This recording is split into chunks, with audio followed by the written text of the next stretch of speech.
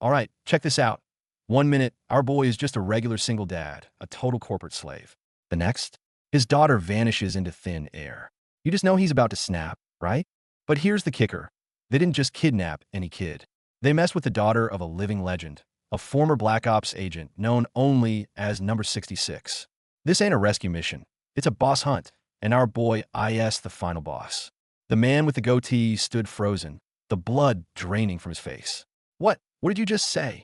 Before the horrified stammer could finish, Mr. Kim adjusted his gold-rimmed glasses, a frost-kissed smile playing on his lips. You heard me. We're paying Junsong Kong a visit. We'll tear his house apart, brick by brick, if that's what it takes to find my girl. He turned on his heel. Panicked shouts followed him. Boss, wait, didn't you hear? He's dangerous. Mister. Kim didn't break stride, his voice cutting through the clamor. Funny, I thought I just heard you say I was scarier. The goateed man was drenched in cold sweat, hands spread in a futile gesture of placation.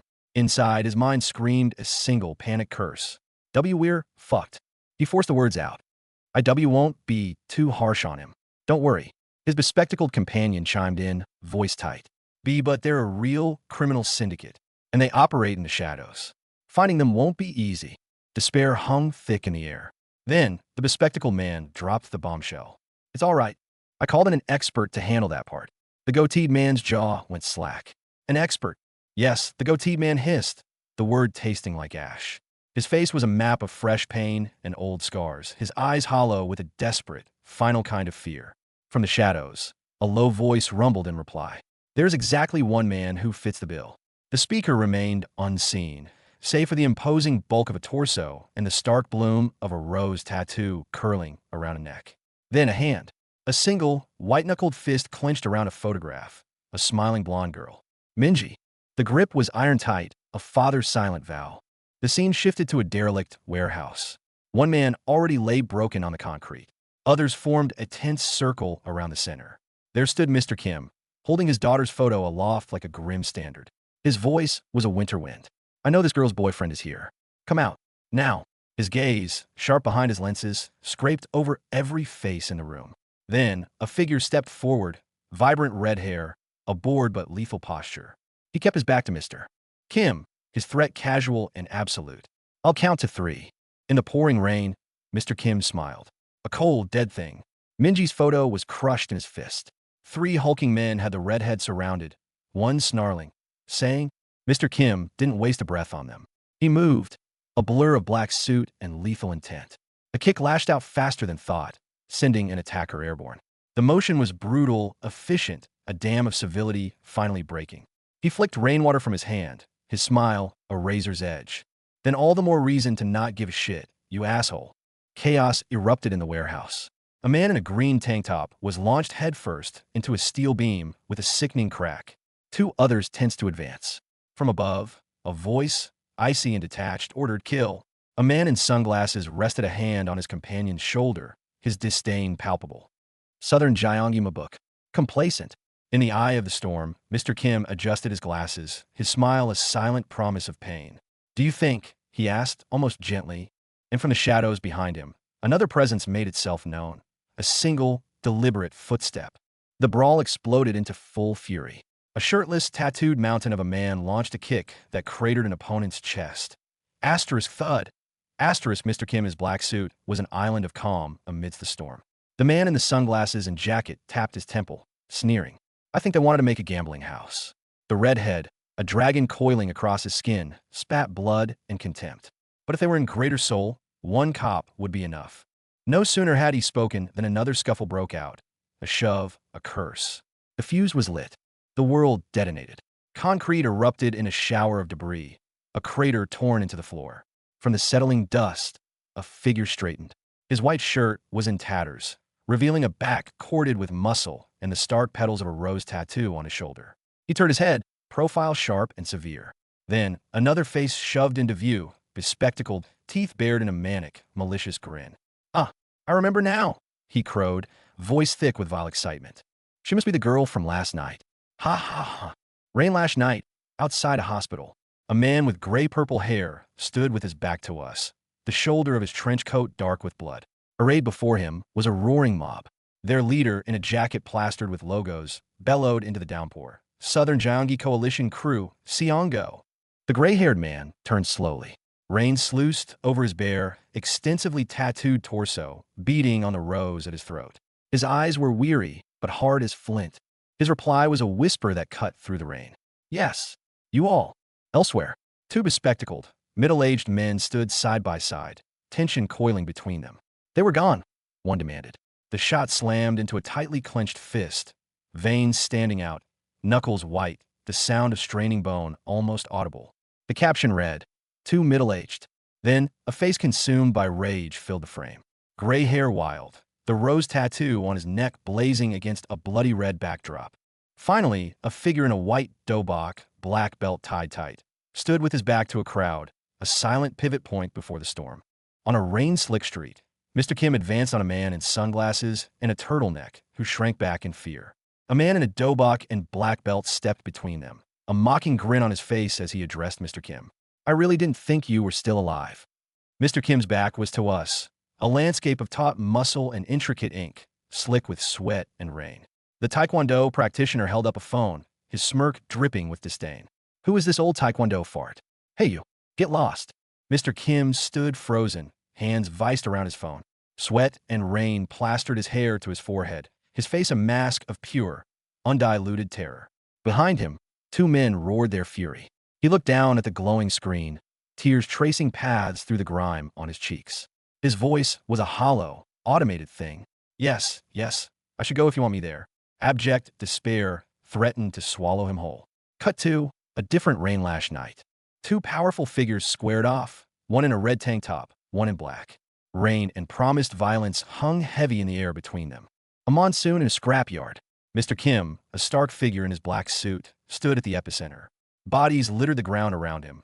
Others were still in the air, flung back by some tremendous, invisible force. The concrete itself shattered at his feet, sparks flying.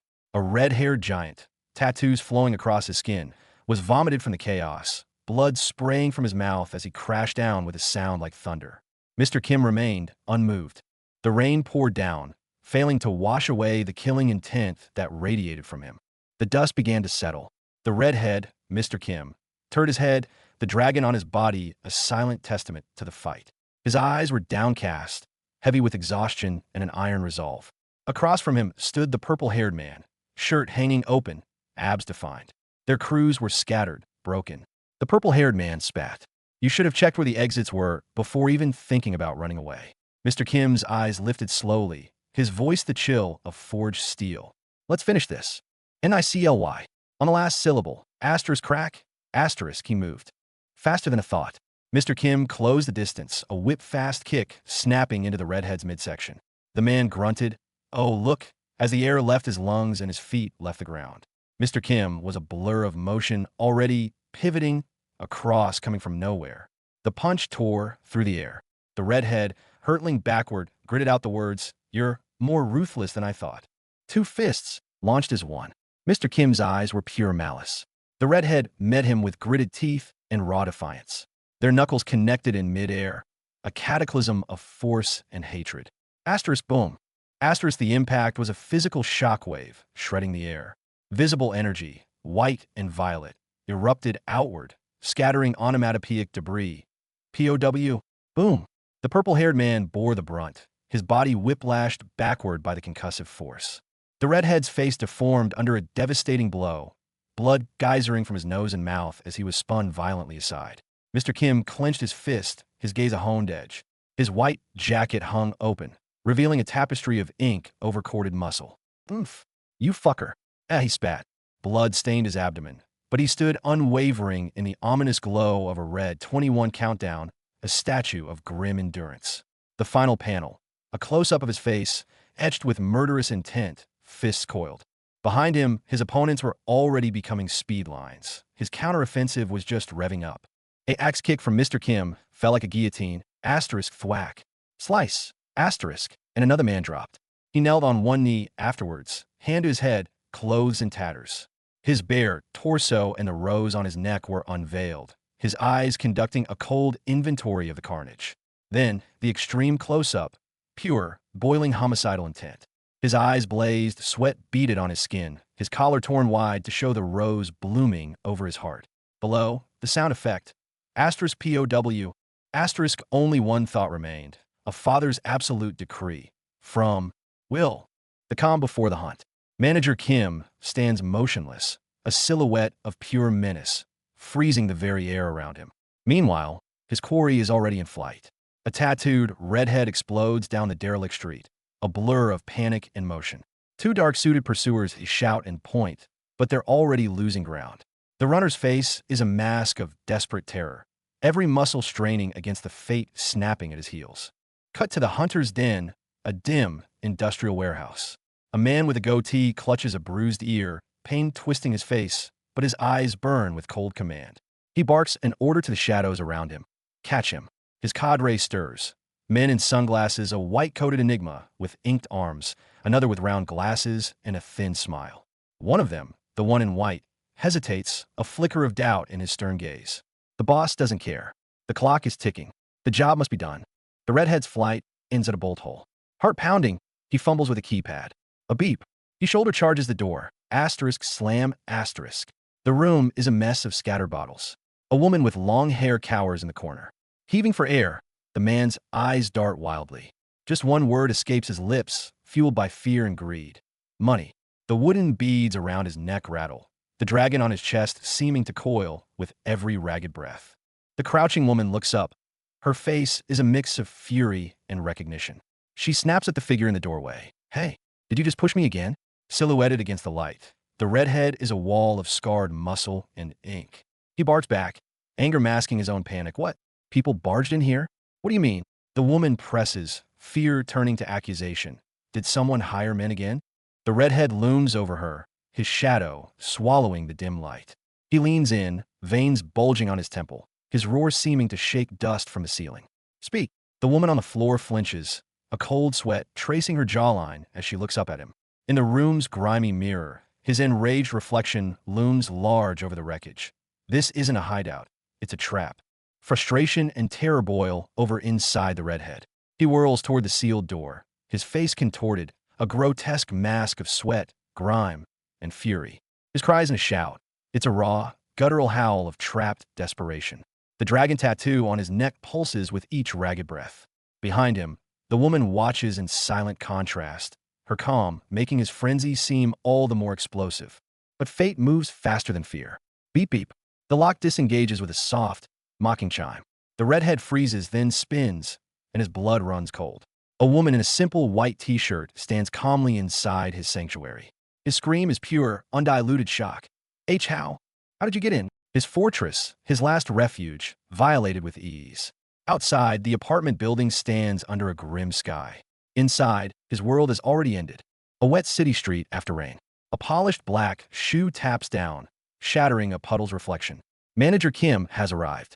Immaculate in his black suit, his gaze behind gold-rimmed glasses is a still, deep pool.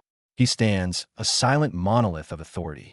Behind him, battered men shrink back, bruised and sweating.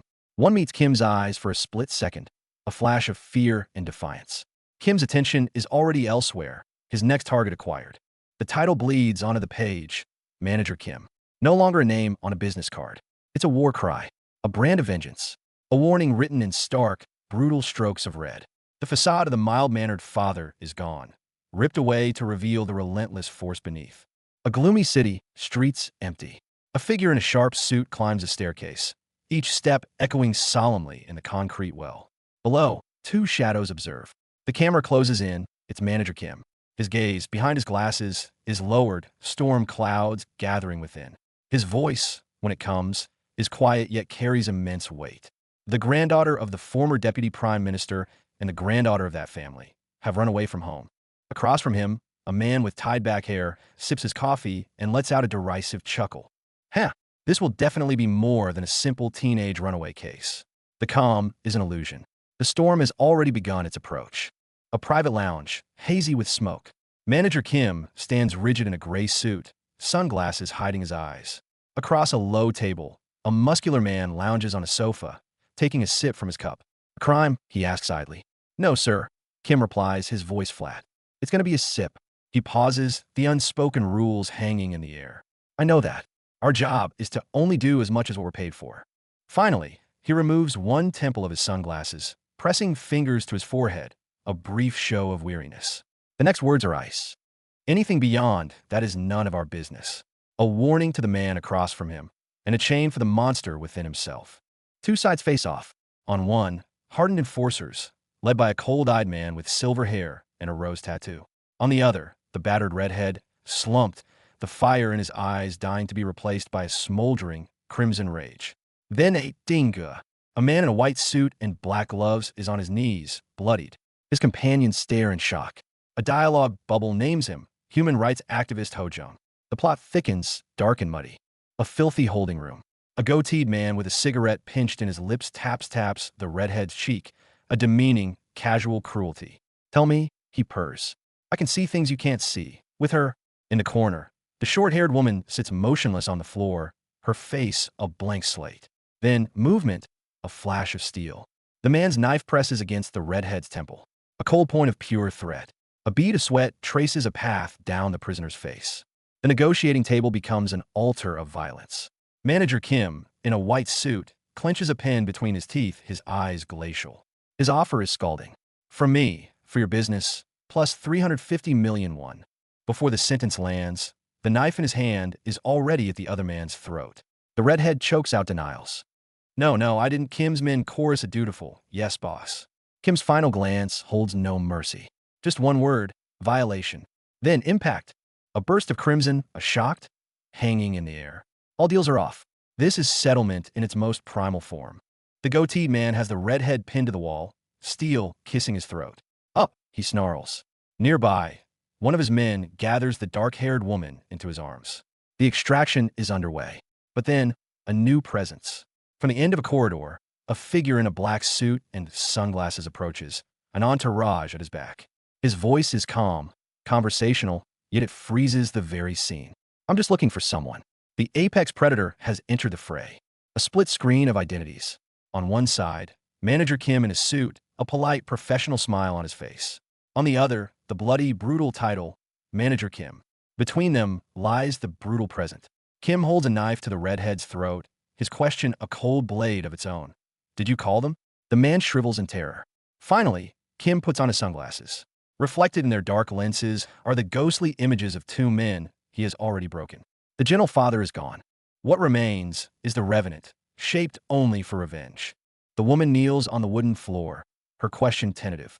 Are you down on? The answer comes not in words, but in motion. A tattooed hand shoots out and grabs her wrist in a vice-like grip. She gasps, turning to see a man in a black suit and glasses standing over her, having closed the distance without a sound. Her voice trembles, bargaining with her fear. If you're going to take me, take my boyfriend with. The man tilts his head slightly. A faint, chilling smile touches his lips. Silence. It speaks volumes. The goateed man takes a drag from his cigarette, his demeanor all casual arrogance. I'm doing only what I'm paid to do. He's not included in it. Facing him, a man in a black suit and white-framed glasses is livid. Who the hell do you think you are? Who sent you, asshole? The goateed man exhales smoke, his smile a blatant provocation. Then action. His knife becomes a silver streak, thrusting toward the other man's chest. The target, seen from behind, is engulfed in the kinetic lines of the assault. Diplomacy is over. Only violence remains. In a sterile, modern space, a single polite tap of a shoe is the only warning. Then Manager Kim moves. He's a blur. His opponent has just time to widen his eyes before a devastating blow. Asterisk thwack asterisk connects with a sickening crunch. The man's face contorts, aggression shattering into pure shock. Then, the finale, asterisk crack asterisk, the sound of linoleum and bone giving way. The man is driven into the floor with earth-shattering force, debris exploding around him. Kim looks down at the wreckage. No rage, no effort, just cold, surgical efficiency. The job is done. Crash. Mr. Kim plants his feet, cracking the floor beneath him. Bottles and cans scatter. The air is frozen with the stillness before a storm. Behind him, two figures stand petrified. And then, a blur of white. The long-haired man's kick, brutal and swift, sends a black suit spinning into a shower of debris. Interrogation. Mr. Kim's golden shades glint in the dim light. Biko. Mansik. Ever heard of it? His voice is flat. The sweat-soaked man with a rose tattoo on his chest shivers. No, sir. Never. Mr. Kim leans forward an inch too close. The reflection in his lenses isn't light. It's a promise. Maybe this is purple smoke coils at his feet. The white flash begins. Elsewhere, the scene shifts. In a smoky den, a bespectacled, tattooed giant holds court, shirtless, amid a crowd. Décadence meets danger. Meanwhile, a different storm rages, a rain-soaked street. A young man in a combat top tears through his foes like a whirlwind, his movements a furious dance of pain.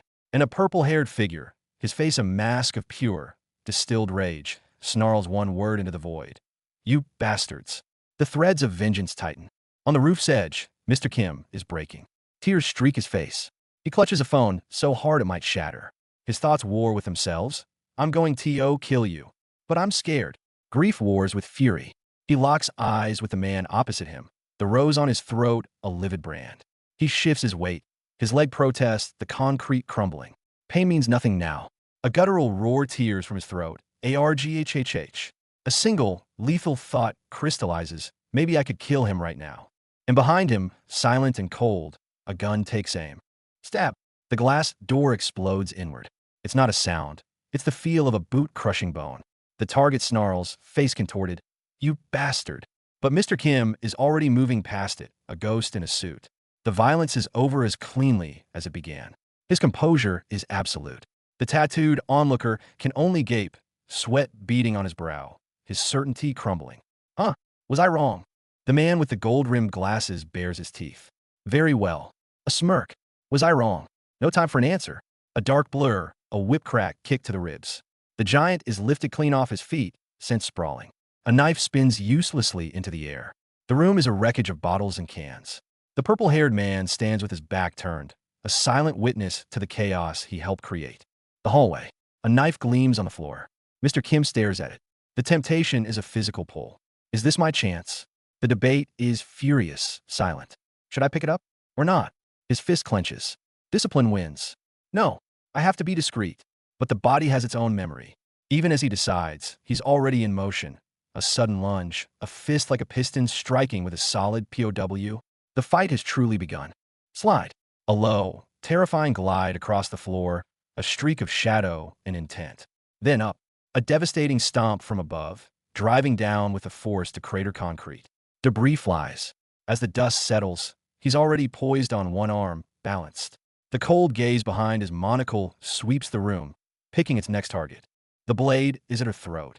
The long-haired man snarls, spit flying, his grip iron on Minji's shoulder. She's frozen, eyes wide with pure terror. A heartbeat stretches into eternity.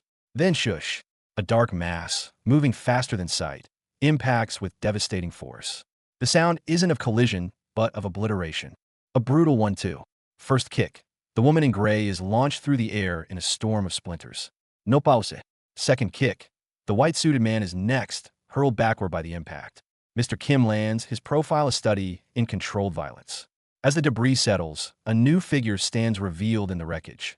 Shirt open, tattoos on display, amid the shattered doorframe and trash. The fight has merely found its center.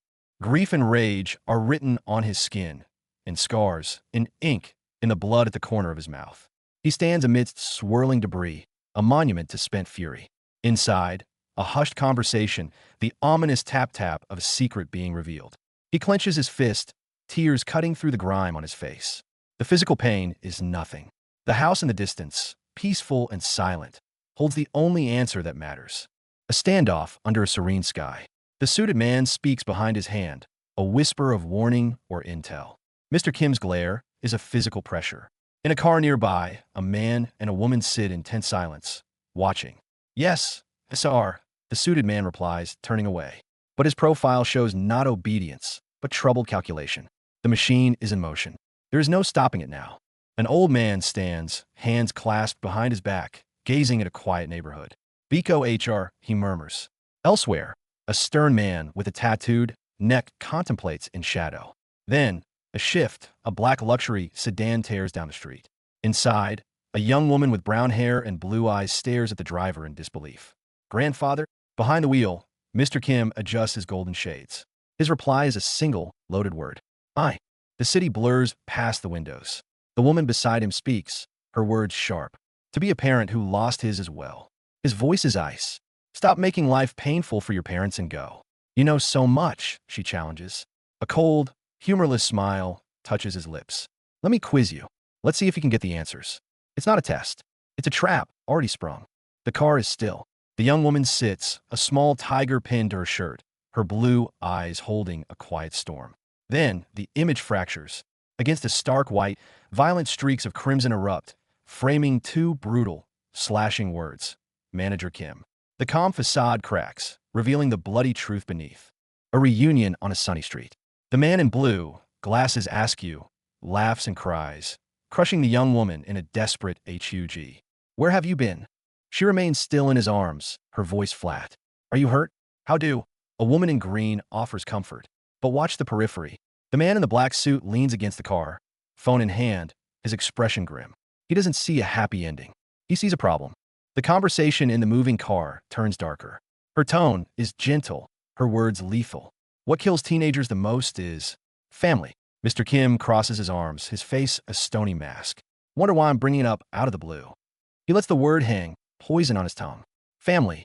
The city streaks past the window. He finishes, voice hollow. Actually, no, I don't dislike them. I abhor them. Threads converge. Mr. Kim observes a silent predator.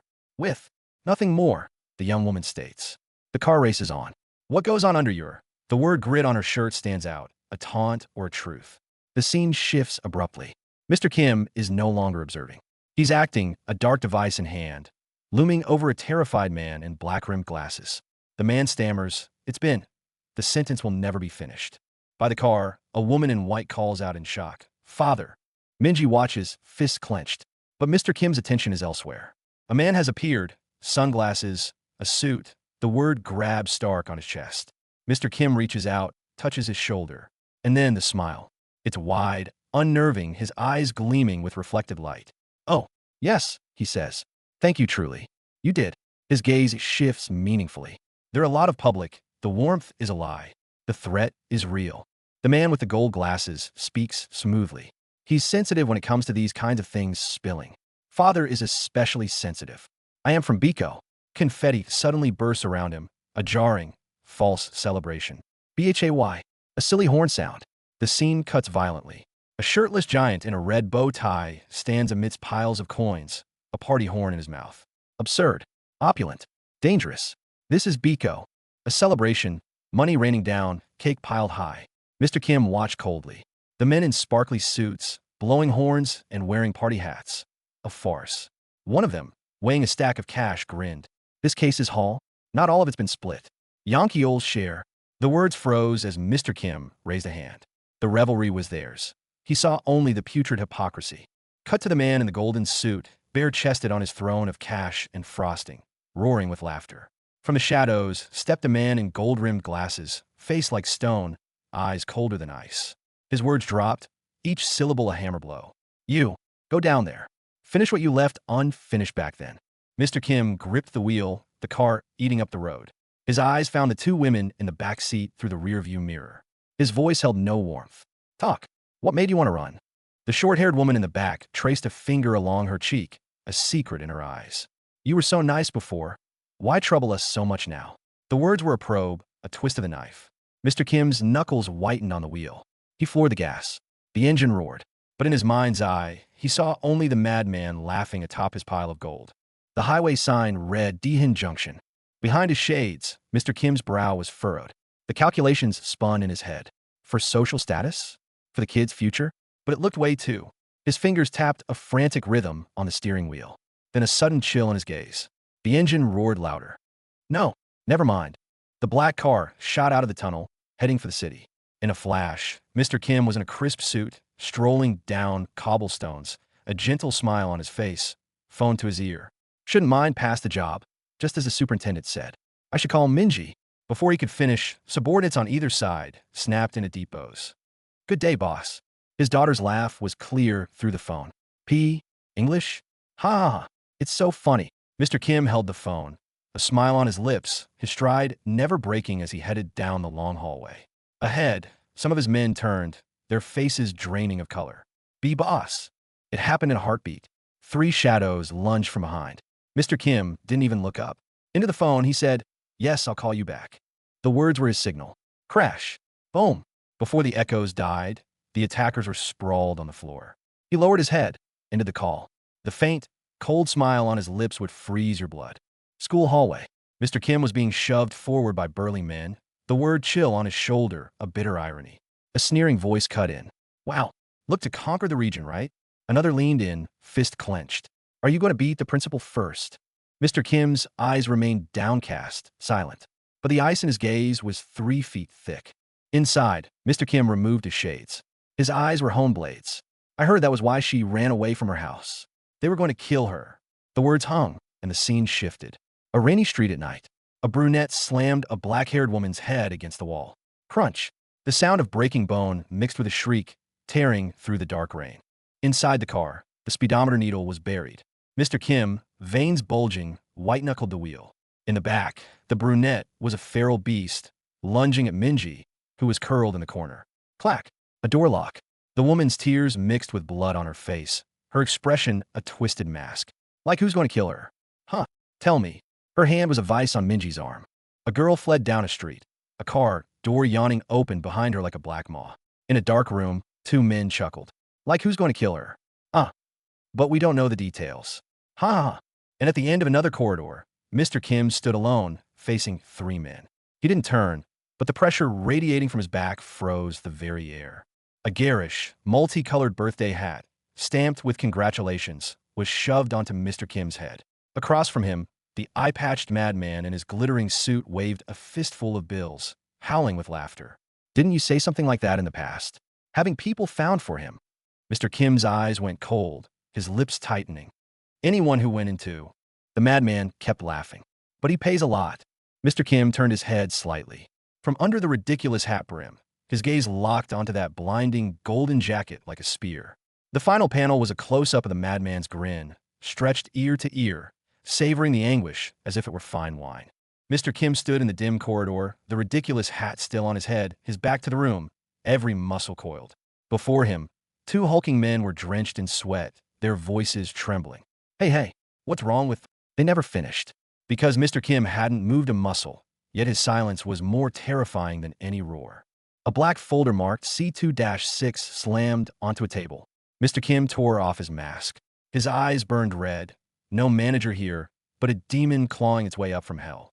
The title Manager Kim splashed across the background, dripping with blood. In the records room, Mr. Kim ripped the black tape from a man's mouth. Sweat poured. He opened another file, his pupils glowing white in the shadows. Her student record. It's clean, just as expected. He stood amidst rows of filing cabinets, voice icy. I wouldn't be surprised if her family made sure it stayed clean. But his finger flicked.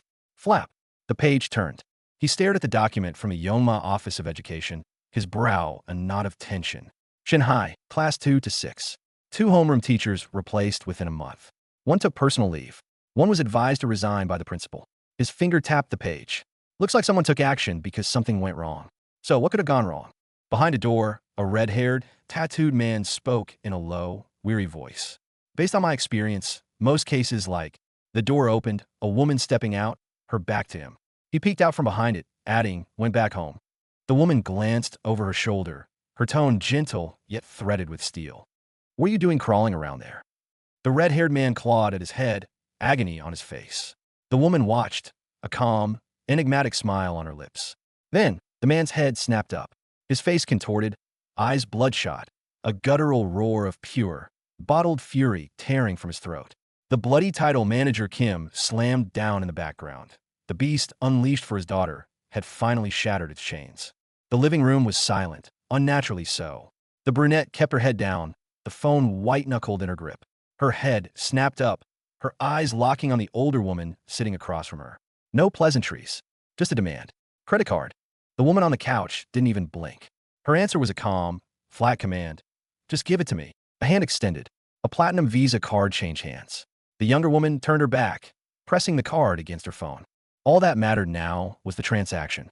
The smiling family portrait on the wall, watched over a room suddenly filled with ice. Her thumb slid across the screen, the phone's camera scanning the embossed numbers. Step 1. Input the card manually. Her brow was furrowed, her focus absolute. Then, The notification flashed. Payment successful. DW Hotel Seoul. 847,001. One-off payment. The payer initials, CYMH. The air left her lungs. She slumped on the couch, all the tension gone, replaced by a heavy, quiet dread. Beside her, the dark-haired woman offered a gentle, knowing smile. Family is, she began, the words hanging in the air, sharper than any blade. Alone in her room, she finally let herself see it.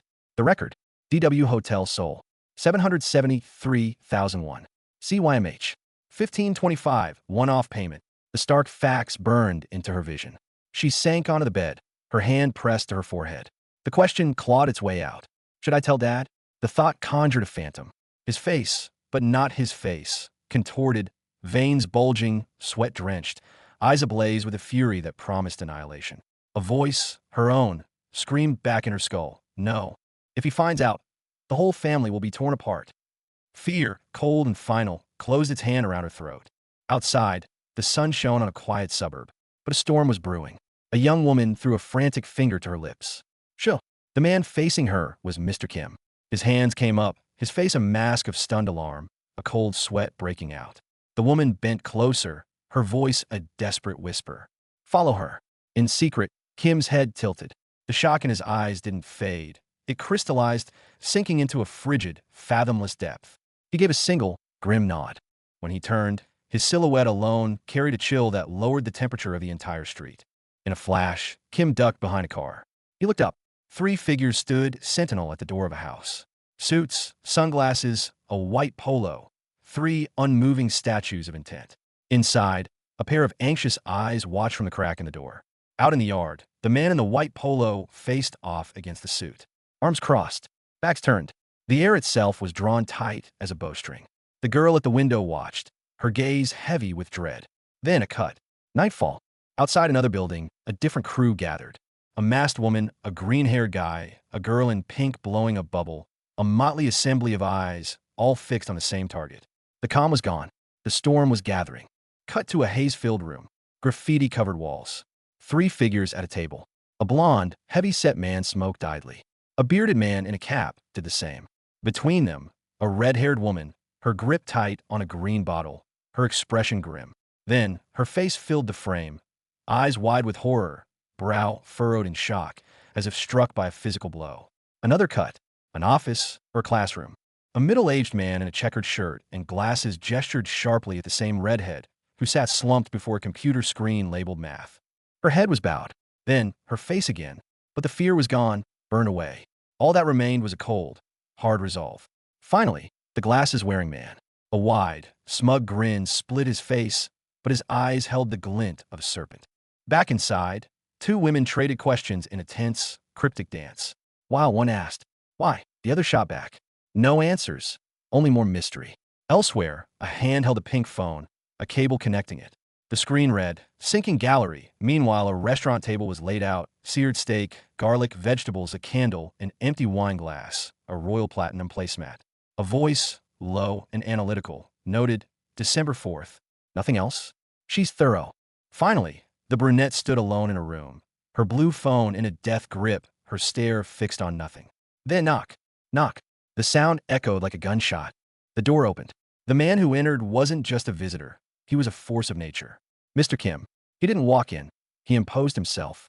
Leaning forward, his fist planted on his knee, he filled the space with a pressure that stole the air. His voice, when it came, was low, each word a stone dropped into still water. It's me, your grandfather. He settled back, hands folded in his lap. His eyes were scalpels, dissecting the young woman across from him. She was turned away, her posture rigid as stone. A shift in angle showed her profile, shock, wariness, a silent battle raging behind her eyes. Kim sat behind her, his brow a storm cloud, his jaw set. Finally, his face filled the frame. Every line, every wrinkle, spoke of a lifetime carved by hardship. His gaze was obsidian, dark, cold, and utterly implacable. The girl kept her head down, a slight tremble in her shoulders. Her silent resistance was louder than any scream. A luxurious room. Mr. Kim's face, pale as ash, burning with fury. Beneath his shock of white hair, his eyes weren't looking. They were blazing, molten with suppressed rage. A shadow passed behind them, a black silhouette of a man, a a smiling woman beside him. A memory, warm yet ghostly, fragile as a dream. Clench. The sound effect was the grinding of his own fist, knuckles white and straining. Across from him, the young woman with brown, short hair watched, her brow furrowed, her gaze wary as a cornered animal. They sat on a sofa, facing each other. The space between them wasn't empty. It was a chasm. Kim's expression was arctic. Hers was all defensive tension. No words were spoken. This silent confrontation was deadlier than crossblades. Pressure builds, then it breaks. A strange, chilling smile twisted Mr. Kim's lips, but his eyes remained deadly sharp. Across from him, the young woman shattered. Tears fell in a steady, silent stream. Drip, drip. Her hands clawed at her own clothes. A raw, guttural scream tore from her throat. Wah! It was pure, undiluted terror and denial. She shook her head, over and over, her face a mask of anguish. Kim's expression shifted. The grimace faded, leaving behind only a harsh, unadulterated ruthlessness. His words were ice. Going to a hotel. The woman flinched as if struck. She rallied, a spark of defiance amid the tears. But it's not, Dad. The protest hung in the air. A mistake had been made, but a lion in a rage does not stop to listen. The woman clamped a hand over her mouth, but the sobs shuddered through her frame, tears escaping between her fingers. Mr. Kim watched, his brow a hardened ledge of stone. Then it happened. The last vestige of anything human evaporated from his face. Beneath the skin, something seemed to writhe and crawl like gnarled roots. His features contorted into a grotesque mask. His eyes flooded with a bloody, animal red. This wasn't a man's face anymore. It was a demon's visage, pulled from a pit. The woman recoiled in primal terror, shrieking the date that unlocked it all. December 4th. Before the echo died, Kim was already moving, a blur of motion. Finally, he looked down. The cold glow of his phone screen lit his face. In his eyes, all the pain, the doubt, the humanity, it was gone. Incinerated. All that remained was a single, unwavering purpose. The father who would become a monster for his daughter had just crossed the final line. Home was no longer a sanctuary. On the bed, Minji huddled against her father's back, her phone clutched in a white-knuckled grip. On the screen, a picture of pineapple pork rice. A single word overlay, shiver. Mr. Kim held her from behind, his arms a steel cage. His chest heaved, thump, thump, a drumbeat of pure rage. His chin rested on her shoulder, his face a thundercloud, his eyes holding a promise of violence. Minji wept, tears of pure terror tracing paths down her cheeks as she peered over his shoulder, her world shrinking to nothing but fear. Finally, Kim's face filled the frame. His lips were a bloodless slash, every muscle in his jaw corded tight. It was the face of ultimate fury, and of a decision from which there was no return. The fragile piece of everyday life was torn to shreds. The restaurant. Mr. Kim's hand clamped down on a woman's shoulder from behind, a vice of flesh and bone. She jerked, a gasp trapped in her throat, tears of shock springing to her eyes. Thump, her mind screamed. What was that? Her phone was still in her hand, the screen lit with the image of an elegant steak dinner, a wine glass, a royal platinum card. But to Kim's eyes, it wasn't a meal. It was a clue, a taunt, a poison needle driving into his mind. His gaze hardened. Then, a flash of motion, sharp and cold. Not a blade, but something just as cutting. The phone screen exploded in a spiderweb of cracks. Shards flew, and then blood, crimson and wet. It welled up from the ruined edges of the screen, dripping down, staining the tablecloth. Violence had arrived, not with a shout, but with this quiet, horrific seepage. Back in the house, before the pink sofa, the dam broke. The brunette held her phone aloft, her face drained of color. Mr. Kim's finger was a lance pointed at her face, his eyes blazing. Close up on the woman. Her eyes were wide, unseeing saucers. Tears flooded down. A hand slapped over her mouth to stifle a scream. The background swirled with purple, psychic shock waves of her crumbling world. Then, blurch, a sound of pure, visceral revulsion, of psychological suffocation. The scene cut, a stark, closed door. An empty, looming hallway. Oppression made visual. Final panel, a downward angle. The woman lay curled on the floor, a small, broken thing. Mr. Kim stood over her, looking down. His gaze offered no comfort, only a cold, appalling darkness. The world was about to be turned upside down. In the eye of the hurricane, a moment of terrible calm. Minji slumped against her father's back. Kim sitting rigid on the couch that once meant comfort. Minji, tears in her eyes, breathing ragged, whispered her desperate hope to take care of everything. Kim's profile was a study in controlled agony, every muscle locked in place, holding back the tide. A close-up. His eyes were shut. A smile touched his lips, but it was a grimace forged from solidified pain. He sat on the floor, in his slippers, a man about to rise from the ashes of his old life. Final shot. His face, eyes squeezed shut. All softness was stripped away. The lines were hard, the resolve absolute. When those eyes opened again, the father who juggled bills and bedtimes would be gone. In his place, a specter fueled solely by vengeance. The decision was made. The clue was a gilded poison. A plate of exquisitely prepared steak, vibrant sides, the royal platinum card on the table, the scent of money and privilege. But look closer. In the polished surface of a spoon, a distorted reflection swam into focus. The blurred shape of a little girl in pink, slumped over table. Minji? A last glimpse before the void. Cut. Mr. Kim's face filled the frame. Gray hair, deep carved lines, and the eyes, cold, merciless, burning with a rage that could scorch the earth. Finally, a splash of vivid crimson splattered across the title, Manager Kim. It was no longer a name. It was a declaration of war. The calm of the dinner table and the promise of bloodshed, the father's facade and the monster's snarl, joined in one brutal, perfect cut. The battlefield shifted to the glare of the spotlight. Mr. Kim, in a sharp gray suit and dark tie, cut through the chaos. His expression was Siberian frost, hard, impassive. He moved through a gauntlet of reporters and photographers, a storm of flashing lights and shouted questions. Senator On, what happened? Senator On. He ignored them, a stone in a raging river. A younger journalist shoved his way forward, finger jabbing the air. Have more than one mistress. Kim didn't break stride. The barest flicker touched the corner of his mouth. Not a smile. The look of a hunter hearing the trap snap shut. He had begun to wield public opinion as a weapon. The confrontation spilled out of the media scrum, turning into a personal, public duel. Two men in suits stood toe-to-toe. The one in light gray made his claim, cool and cutting. The root of your problem is a woman issue. The other man, in dark blue, flushed with anger and panic, beads of sweat on his brow, shot back. It's a misunderstanding. He doesn't have multiple mistresses. Camera's word, capturing every nuance. The light gray-suited man offered a thin, cold smile, a predator's grin of total control.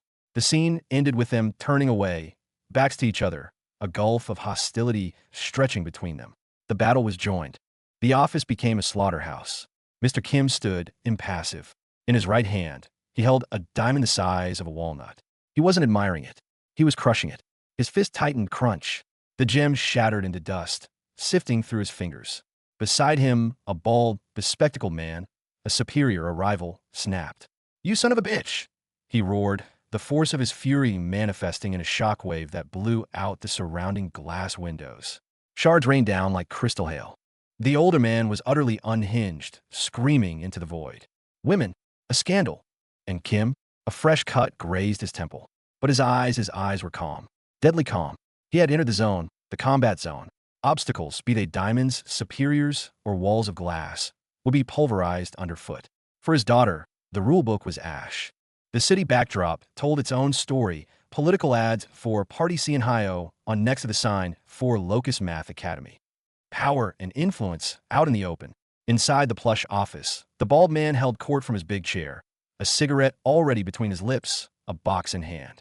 The spent butt fell to the floor with a soft plop. He lit up, smoke curling, and turned to the younger man in the light gray suit standing stiffly beside him. All the other mistresses, but he began, his tone dripping with condescension. The younger man, Kim, turned his head, his profile a mask of cold displeasure. A direct shot of Kim's face followed, his gaze sharp enough to cut steel. Back to the boss, lounging in his chair, smoke wreathing his smug face. Final panel, a tight focus on Kim. The burn scar on his forehead seemed to pulse. His expression was no longer just angry. It was settled, the quiet before the detonation. The fuse was lit, and the powder keg was this very room. The scene shifts to a tense office. An old man with a bald head and gold-rimmed glasses sits comfortably, smoke curling from a cigarette. Across from him, a younger man stands, face bruised, rage simmering just beneath the skin. The old man takes a drag. His words hang heavy, responsibility and control. Then a sudden shift. The old man's stern facade cracks, revealing a malicious grin of pure malice. The young man's fists tighten, veins throbbing at his temple. But in the next breath, he bows. He and several others, heads lowered in submission within the office. The bitter pill has been swallowed. Elsewhere, Manager Kim is on the move.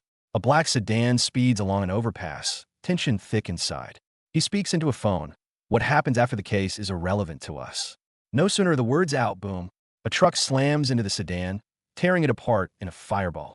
And through the chaos, Kim's face remains a mask of cold resolve, a ghost of a smile on his lips. A flash, a wedding hall filled with flowers and joy. But in the shadows, a pair of eyes watching with lethal intent. Manager Kim, in his hand, a small knife presses against a necktie. His gaze holds no blessing, only a hatred carved deep. The scene cuts again. A hand, caked in dirt, reaches from the earth. Elsewhere, on grass, a bound man has the end of a club pressed to his forehead. These threads, they're all connected. Firelight falls on a face crisscrossed with scars. A hardened man with a gaze like a blade. Inside a room, trouble. A young woman cowers in a corner, face bloodied, trembling in fear. Before her stands a red-haired man, body covered in tattoos, eyes bloodshot and teeth bared. A beast ready to devour. The red-haired menace advances, baseball bat in hand. His words drip with venom. You might as well just die here then.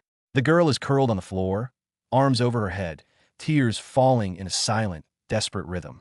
A black boot steps into view beside her. On a city street, a bespectacled man in a suit talks urgently on the phone, face grim. We at Biko HRM never move unless we're. Beside him, a purple-haired youth stands with head bowed, sweat beading on his neck where a rose tattoo lies. A storm is gathering. Manager Kim, sunglasses hiding his eyes, confronts a short-haired woman. Sir, do you do anything for money? She nods, tense. His voice remains flat. Then I would like to make a request of you as well. No sooner said than done. A black sedan tears through the rainy night, spraying water in its wake. Inside a car, the woman's eyes glisten with tears, her voice earnest. If you get a similar case like this in the future, then please hear out what the student has to say. Don't just brush her off. Who knows, right? It could be that she ran away because she's really in danger. Manager Kim sits with his arms crossed, silent. Every word strikes a deep chord.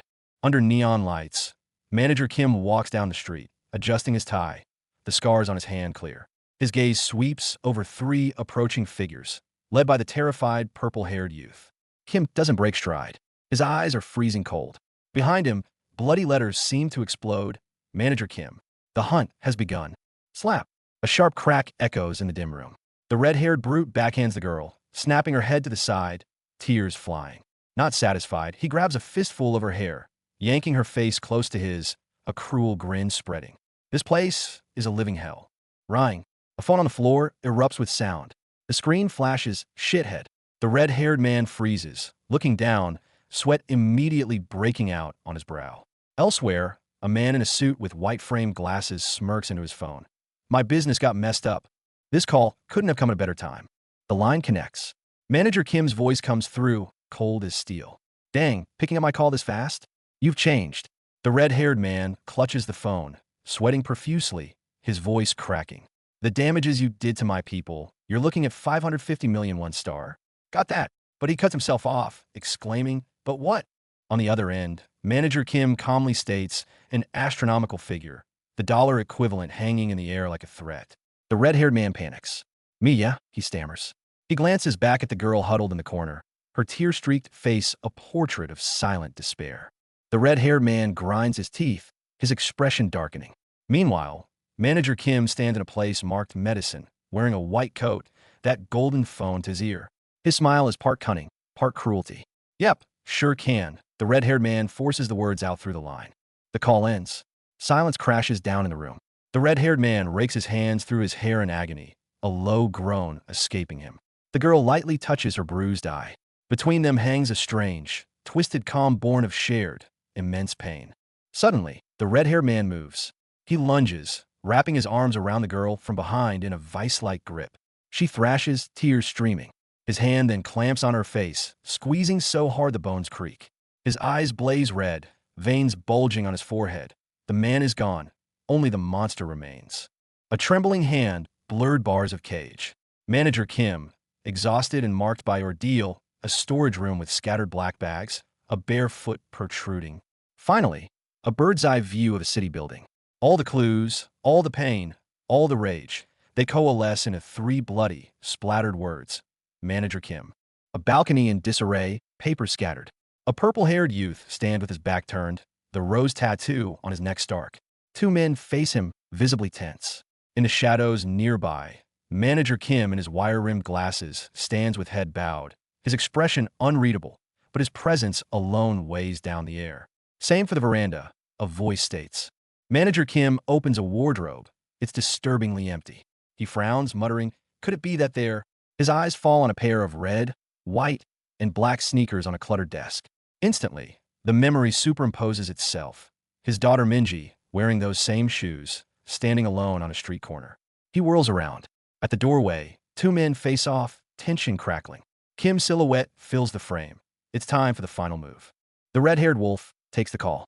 He doesn't flinch, but a cold smirk plays on his lips. The air thickens around him and his shadows in black and white. Across the line, the old fox grips his phone tighter, his brow furrowed deep. City lights flash against his grim face. The wires are now crossed.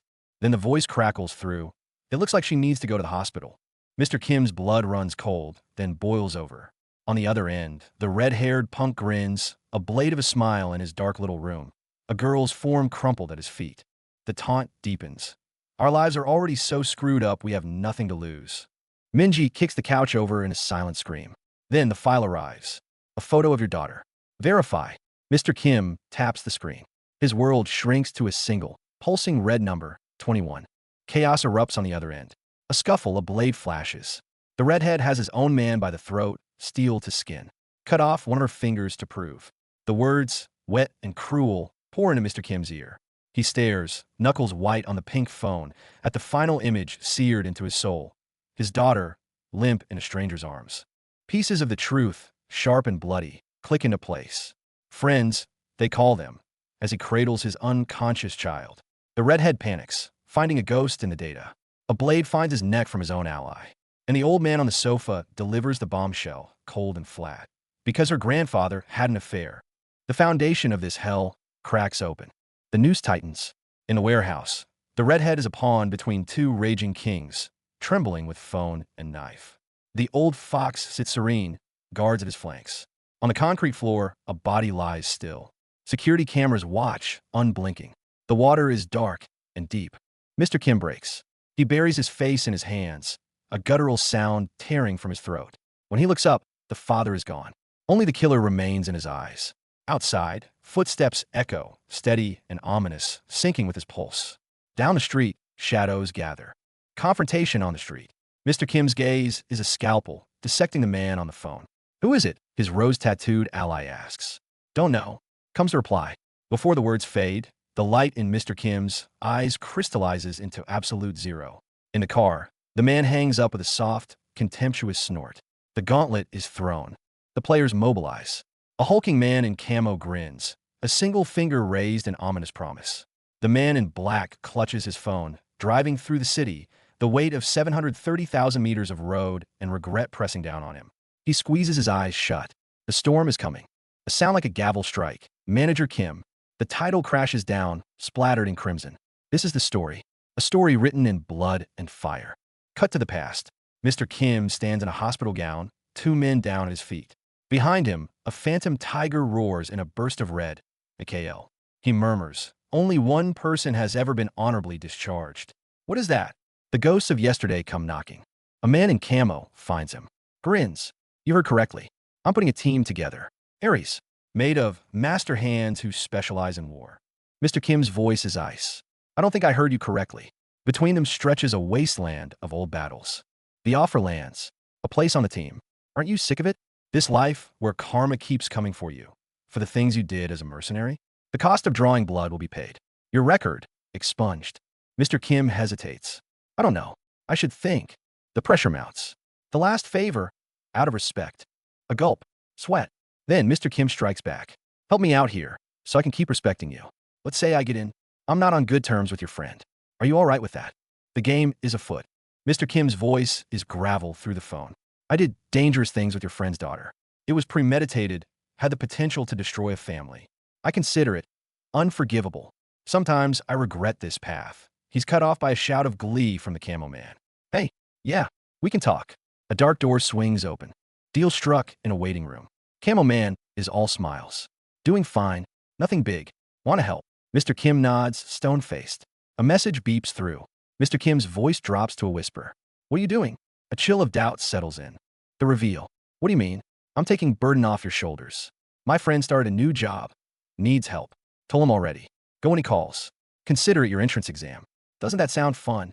Against a city skyline, a figure in a suit touches his ear, smirking. Mr. Kim's quiet life is officially over. The new team, a nest of suspicion. A simple gesture. Mr. Kim, holding his ear, catches the purple-haired man's eye. Holding his ear when he doesn't have an earpiece. The stairs are needles. This crew is built on sand. The first job arrives. Outside a derelict warehouse, firelight dances. The red-haired wolf leans on his club, sneering at two onlookers. We settled on $1 billion. Inside, Mr. Kim watches as his partner's phone finally unlocks. The screens glow, hardening his resolve. The hunt begins. The redhead raises a burning brand. Their secret will spread like wildfire, and Daeong will get ready. The men at his feet stammer promises of reward. A black bag is hoisted, carried away. The fire is lit. Now we see how far it burns. Alone at the crossroads, Mr. Kim eyes the bustling crowd. Every face is a suspect, every moment a ticking bomb. In a distant room, monitors flicker and a trigger finger tightens. Then a roar. 3 motorcycles tear through the crowd, converging on him in a symphony of chrome and malice. Too fast. A metal pipe whistles through the air. Bone cracks, blood sprays. He hits the asphalt hard, vision swimming. But through the pain, one focus remains: the bag. His hand claws across the ground, desperate, ignoring the agony. Nothing else matters. Now, the order snaps through the phone. On the street, a spectrum of chrome and leather streaks into view. The red-haired rider bends low, snatches the bag from the pavement in one fluid motion, and screams off into the city's veins. The hunt is on. Go. The bag secured, a flash of gold from within. The rider cuts a hard, screaming turn. Junsong, where the hell are you going? His pursuers cry. Traffic? An obstacle course. He weaves through without a second thought, the cityscape blurring into a smear of colors. 2 bikes, neck and neck, howling down the highway. The green-helmeted rider risks a glance back. Through the visor slit, he meets the other's gaze, cold as steel, sharp as broken glass. A chill shoots down his spine. This isn't a chase, it's a death sentence. Like a bird of prey, he strikes. The green bike careens off the overpass in a fiery bloom. Boom! Mr. Kim doesn't slow, doesn't look back. Sweat and grit mix on his face, but his eyes are locked on the horizon. The throttle is jammed wide open. Another challenger emerges. Mr. Kim doesn't hesitate. His bike lifts. He launches himself through the air, a black-suited specter of vengeance.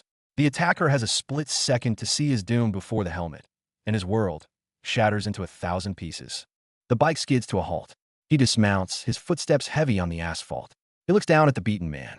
Behind his glasses, a storm rages, a father's agony twisted into a killer's resolve. For his daughter, he is both martyr and monster. Interrogation. He holds the redhead by the throat, his glasses removed. The civilized mask is gone, replaced by raw, unrestrained threat. Where is she? The port air is cold. A switchblade snaps open in his hand, its point hovering. Truth or blood? The trail leads to Kansai. A man in a white suit sits amidst the fallen, a knife in hand, a king of carnage. Nearby, a bespectacled man is dragged to his feet, stammering through broken teeth about business with Warai Oni. The underworld is talking. A standoff. Suited men close in, a wall of hostility. A scarred face snarls about decency. On Mr. Kim's side, a hand rises in caution. A cold gaze calculates the odds. A black shoe shifts forward. The silence before the storm is absolute. Negotiations fail. The response is immediate. Pow! Crack! The sounds of combat fill the space. Flesh meeting flesh, bone giving way. Mr. Kim's allies move with lethal efficiency. Bodies hit the floor. Only the man with the cane remains standing, his confidence bleeding away. In a sterile office, Manager Nam stands, eyes closed, hands folded. The scars on his knuckles are a roadmap of violence. My Manager Nam, he states. His voice is quiet, yet it carries the weight of a coming execution. Allow me to teach you the difference. End of chapter. Manager Kim. The bill has come due, and it will be paid in blood. A new game begins. The man in glasses offers a thin smile. Then I'll leave this in your hands. He places the burden on his subordinate's shoulders. Across the room, two men wait, one steady, one sharp. The order is given. The hunt resumes. Mr. Kim stands rigid, scarred fists clenched, eyes shut tight against the storm within. Numb. A single word, a vow and a declaration of war. Nearby, an opponent adjusts his brown suit, his tattooed accomplice wearing naked fear. They sense it. The calm is over. Crack. The tie is undone. The vest of civility shreds away. Mr. Kim's arms fly wide, shedding the skin of the manager. What emerges is pure predator. A glance, a blur of motion. Two black suits are on the ground before their brains register the attack. Swoosh. Close quarters. A fist connects with his jaw. He absorbs it. Then, the counterattack. His hands clamp onto his opponent's head like vices. A twist. A surge of brutal force. Pow! A blow from behind rocks the man's skull. Blood trickles from Mr. Kim's mouth. He smiles. It's not a pleasant sight. A blade flashes, a desperate move. Mr. Kim doesn't flinch. A sidestep, a parry. His bare hand deflects the lethal steel. It passes a hair's breadth from his heart. Oops. He mutters, the word dry as dust. Then he explodes forward, a human battering ram. The gloves are off. Smack. Crunch. Pow. His fists are wrecking balls, his legs scythes. Men in white shirts are tossed aside like rag dolls, their cries cut short. Drenched in sweat and the blood of his enemies, Mr. Kim fights on, a one-man apocalypse fueled by father's love. No warning, no fanfare. One moment the foe was lunging with a blade. The next he was flung across the room like a rag doll. Before the air even settled, Manager Kim was already moving. A vicious kick sent the man tumbling once more. He didn't break a sweat, face a mask of cold indifference. Catch, grab, twist. The knife changed hands in a heartbeat. In another, it was pressed against the downed man's throat. The onlookers? Frozen in sheer terror. And that final, serene smile? That was the most terrifying thing of all. Meanwhile, in the low-lit basement, a scene of pure predation unfolds. A woman, gagged, her eyes wide with fright. Her gaze is fixed on a man in a fine suit. A blade kissing another man's throat, shadowed by a ring of silent, suited figures. In the corner, hushed threats. A scarred face flashes a grotesque, triumphant grin. And in the center, the samurai sword in hand surveying the carnage at his feet, his voice cutting through the gloom. When I'm doing business with the Koreans. The threat in those words ran deeper than any steel. The tension in the glass-roof hall could be cut with a knife. Mr. Kim, in his stark white suit and red tie, stood at the head of his men like a cold blade. Bodies lay prone behind him. Before him, a line of adversaries bristled with weapons, yet none dared make the first move. He took a single, deliberate step forward. His men mirrored him, one solid, silent unit advancing. The pressure in a room didn't just build, it suffocated. The scene shifts to a windswept riverbank, the air thick with menace. The familiar sight of a blade at a man's throat. Beside them, a green satchel gaping open, spilling bundles of cash. From above, shadowed figures, one kneeling. A red-haired man, tattoos crawling up his neck, is held fast by Mr. Kim's finger against his forehead. He's babbling. It's just one thing led to another. The final verdict comes from two white-suited silhouettes on the bridge, their order carried away by the wind.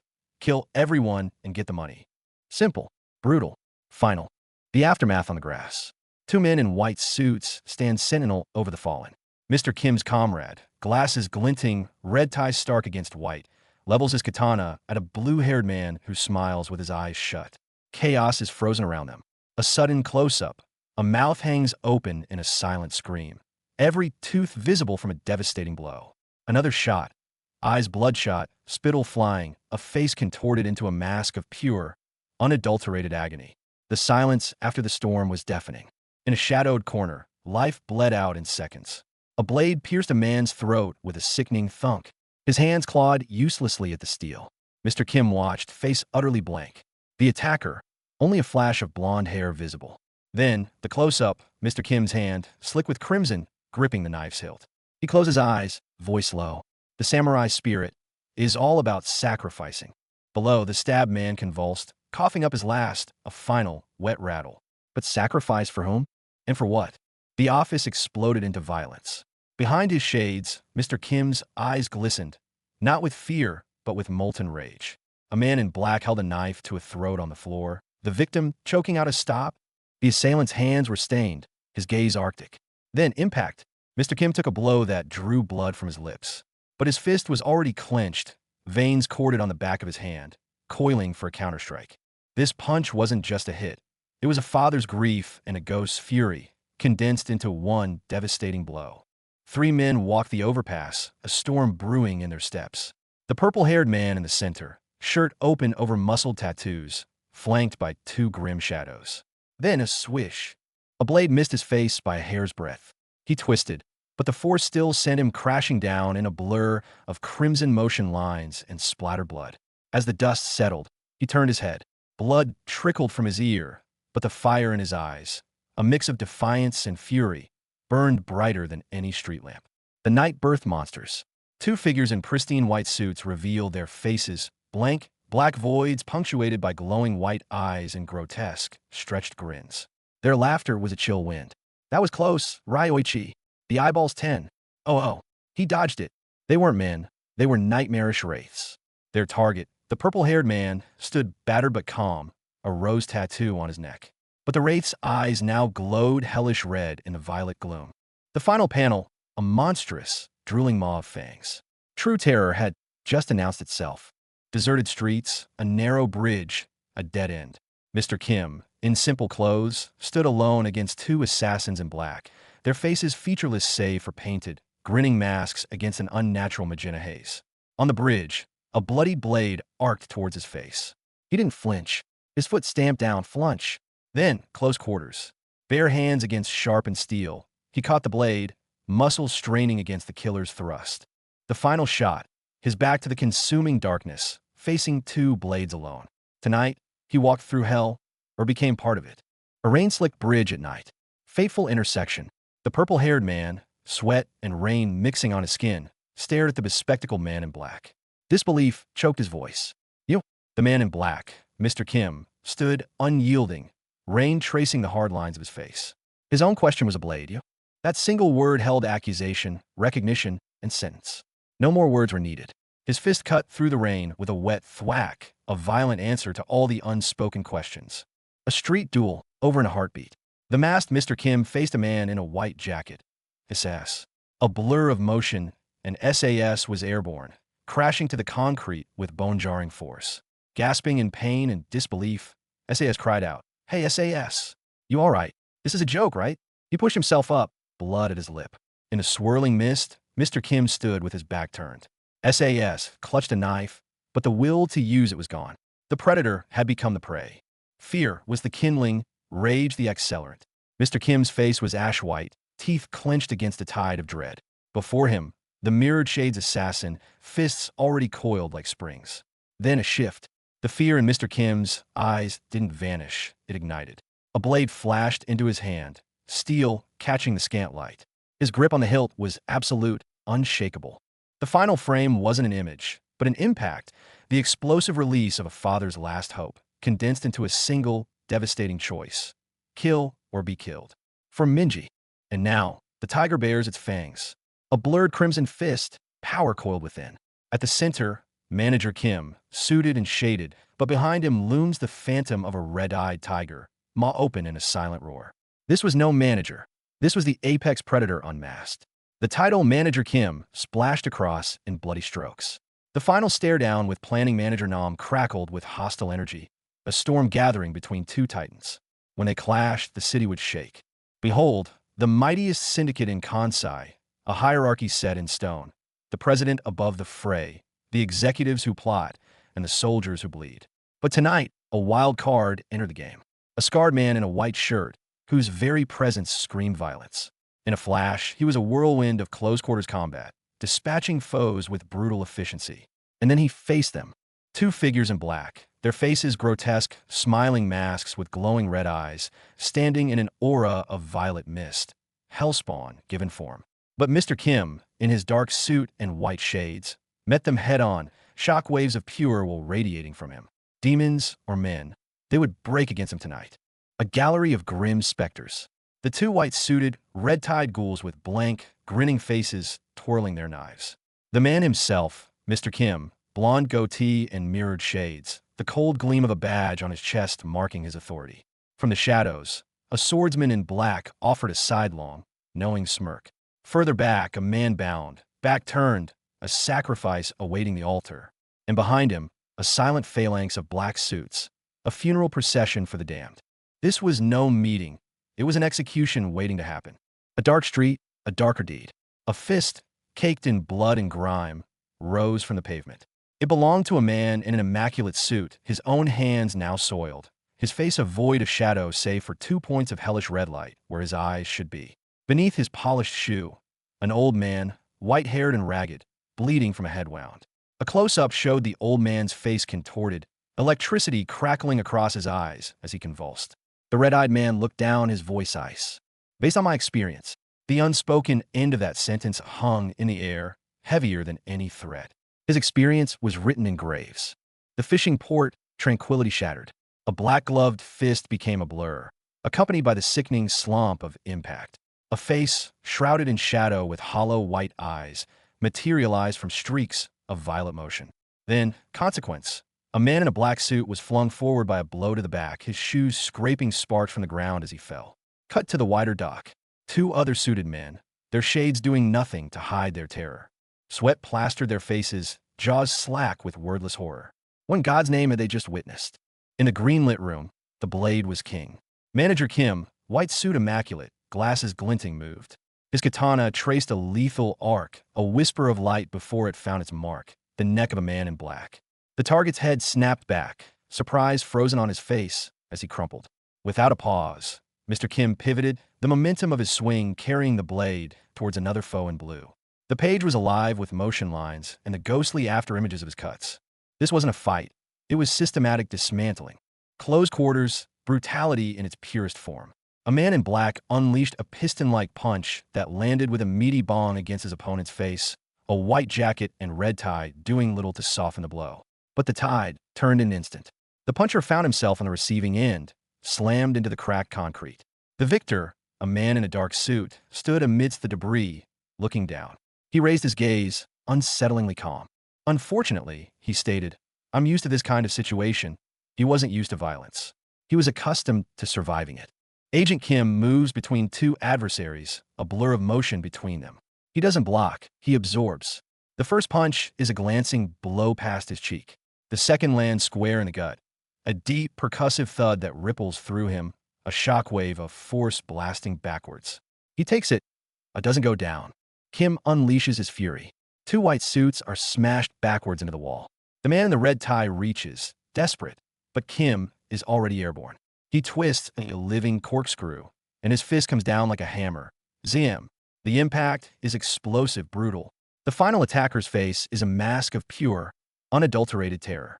Crack. The glass shatters first, heralding the blow. Kim's fist, wreathed in crackling blue energy, connects. Thumb. The hit is cataclysmic, an eruption of orange force that sends the target spinning through the air like a discarded ragdoll. A final glance at his face reveals only agony and shattered defiance. A black blade, wielded like a gun, arcs down. Splat. It finds its mark. The man's head snaps back, a geyser of red erupting from the point of impact. When the spray clears, his face is a ruined landscape, torn, bleeding, eyes wide with the shock of unimaginable pain. A moment of silence. Kim presses a hand to his face, the aftermath of chaos. But the fight isn't over. Before him, a bespectacled foe raises a fist. Kim meets his gaze cold and resolved. And then, a glint of steel from behind. A second attacker, a katana held high, a red targeting reticle painting a crosshair on Kim's back. He's surrounded. Interrogation by violence. Kim's fist is a piston, smashing into the kneeling man's face. He leans in close, the dark lenses of his glasses hiding nothing of his icy intent. The captive's face is a mess of blood and grit, but his eyes hold a stubborn fire. Unfazed, Kim draws a long blade, its point coming to rest a hair's breadth from the man's throat. His 2 white-suited cohorts stand frozen, witnessing the point of no return. The blond man in white adjusts his glasses, a slow, deliberate motion. Don't get me wrong, he says, his voice dripping with false cordiality. Just that I was happy to see you. The words hang in the air, a stark contrast to the brutalized man kneeling before him, head bowed in exhausted, bloody silence. This isn't a reunion. It's a predator savoring the moment before the strike. The blond man surveys his handiwork, bodies strewn across the floor. He grins, a cruel slash of white, before grabbing another bound captive by the hair. Turn, he commands the black-haired man. That man, Kim, stands with eyes closed, blood and sweat tracing lines down his stony face. Beneath the calm, a volcano of rage churns, waiting for its moment. The blond man presses his blade to the temple of the kneeling figure. A sound, swish, and it's done.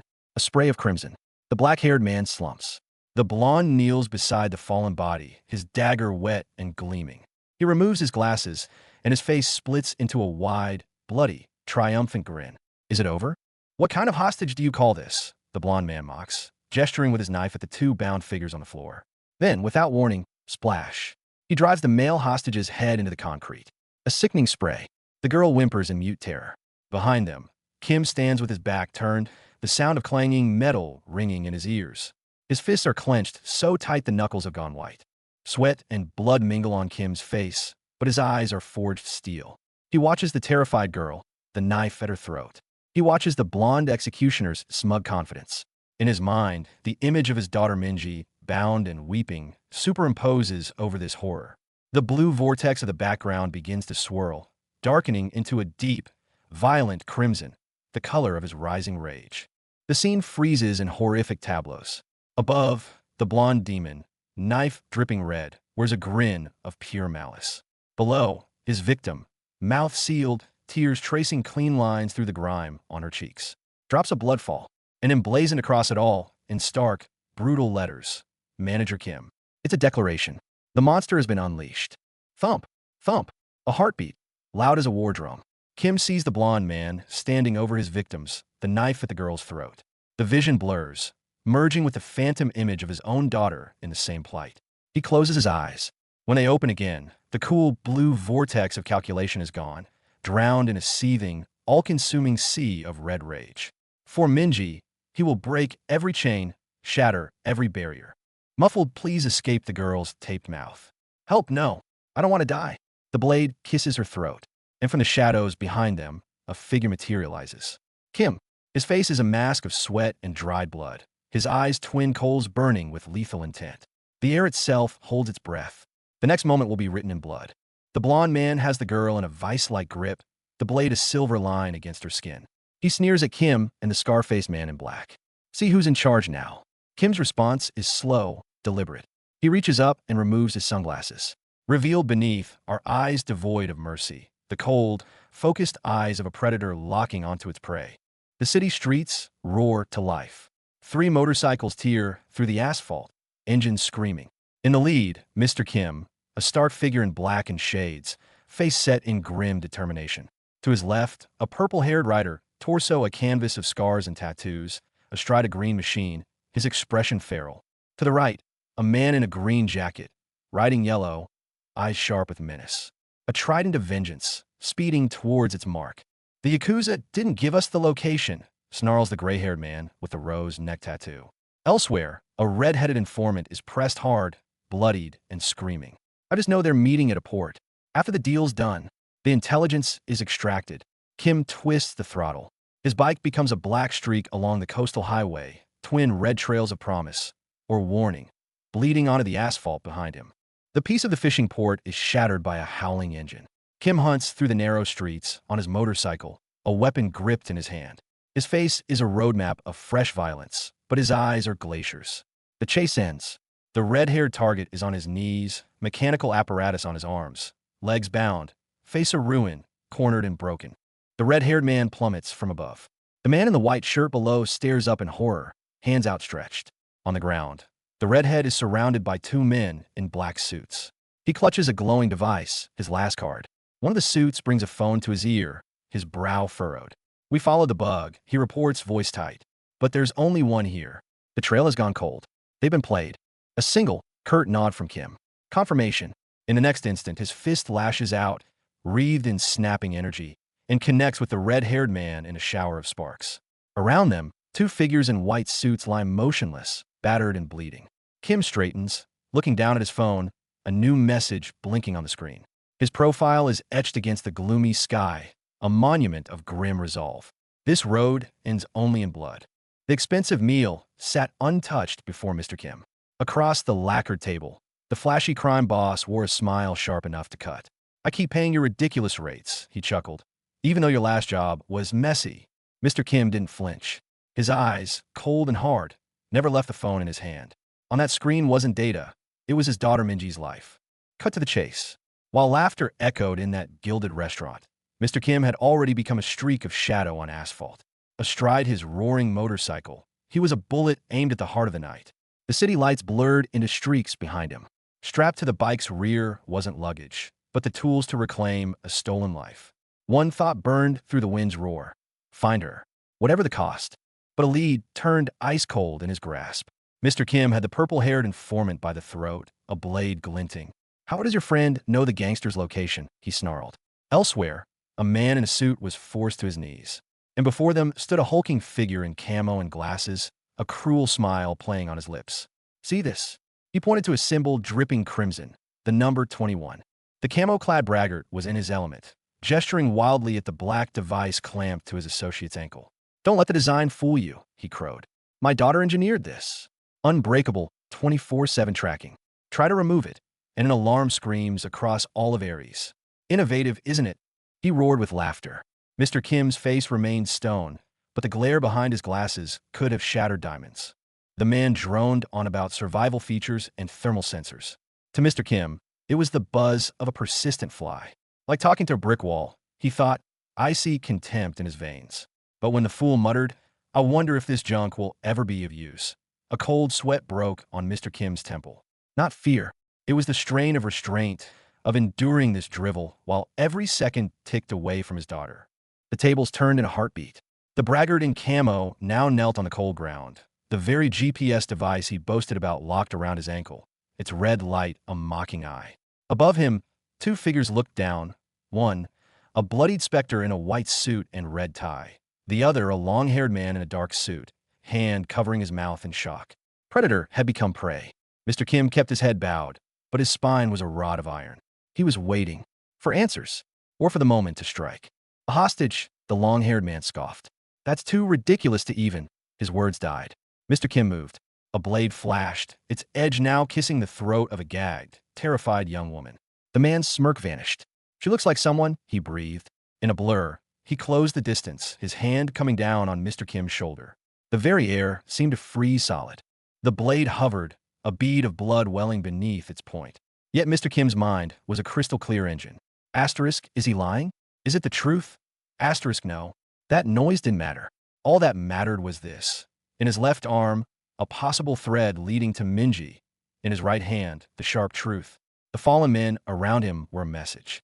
And ahead, the scar-faced man and his knife-wielding shadows were the final wall. The blonde specter moved. A twist of the wrist, a flash of steel thud. A man in a black suit was pinned, a pained, strange grin stretching his bloodied face. A forest of suited subordinates stood frozen around them. Mr. Kim flicked his wrist, sending a droplet of crimson arcing through the air. Violence was his question. Now, it was their turn to answer. The scene shifted to a desolate dock, the air thick with salt and rust. A lookout tried to scream a warning, only to have his mouth brutally clamped shut by a gray-haired comrade. In the distance, a giant silhouette advanced. Thud, thud. His leather shoes hammered the wooden planks like a funeral drum. A few suited men sat waiting, faces grim. And Mr. Kim? His own team had formed. The strategist in glasses, the scar berserker, the grizzled veteran. The storm was making landfall. In the end, silence. All that remained was a pair of eyes. Behind the glasses, the gentle father was gone, consumed by a fire of pure desperation and the absolute cold of Agent 66. The blood-red backdrop was the warpath he now walked. Manager Kim? That man died with his daughter's disappearance. All that was left now was the Avenger.